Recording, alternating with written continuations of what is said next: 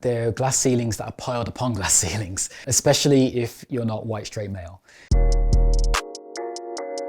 I was born in Birmingham. I had a lot of support from my family. I was absolutely adamant in becoming a writer, so I focused all my energy into doing that. Did an English language and literature degree, and I realised very quickly that there weren't many black games industry writers. The games industry is this wonderful, magical, mysterious, esoteric place.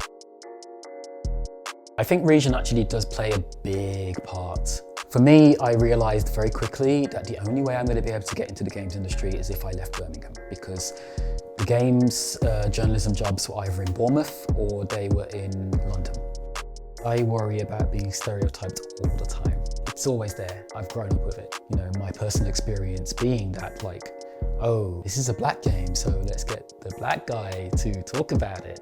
Then you're now forced into a catch-22 situation. You may necessarily want to be truthful about the game because it's harmful and it's got stereotypes in it, but you also know in being truthful about the game that you may be ostracized, you may be pushed aside, you may be put in a situation where it's going to damage your entire career. If you were to go into the programming field, for example, I can almost with certainty say that that'll be 95% straight white male. As a black man, I code shift constantly because it's a survival to code shift. You have to be able to speak the language of everybody else around you, because if you're not, then it's very easy sometimes to be put into a box. There are lots of glass ceilings in the games industry. There are glass ceilings that are piled upon glass ceilings, especially if you're not white, straight male.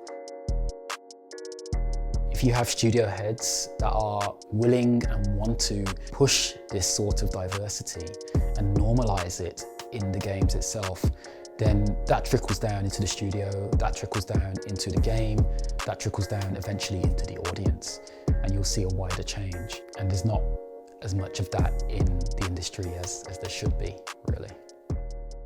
I also am a narrative designer for my own game, which is called Windrush Tales.